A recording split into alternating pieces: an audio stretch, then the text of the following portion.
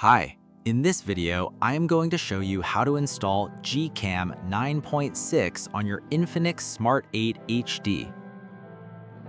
Step 1. Tap the first link in the description to open the article. Step 2.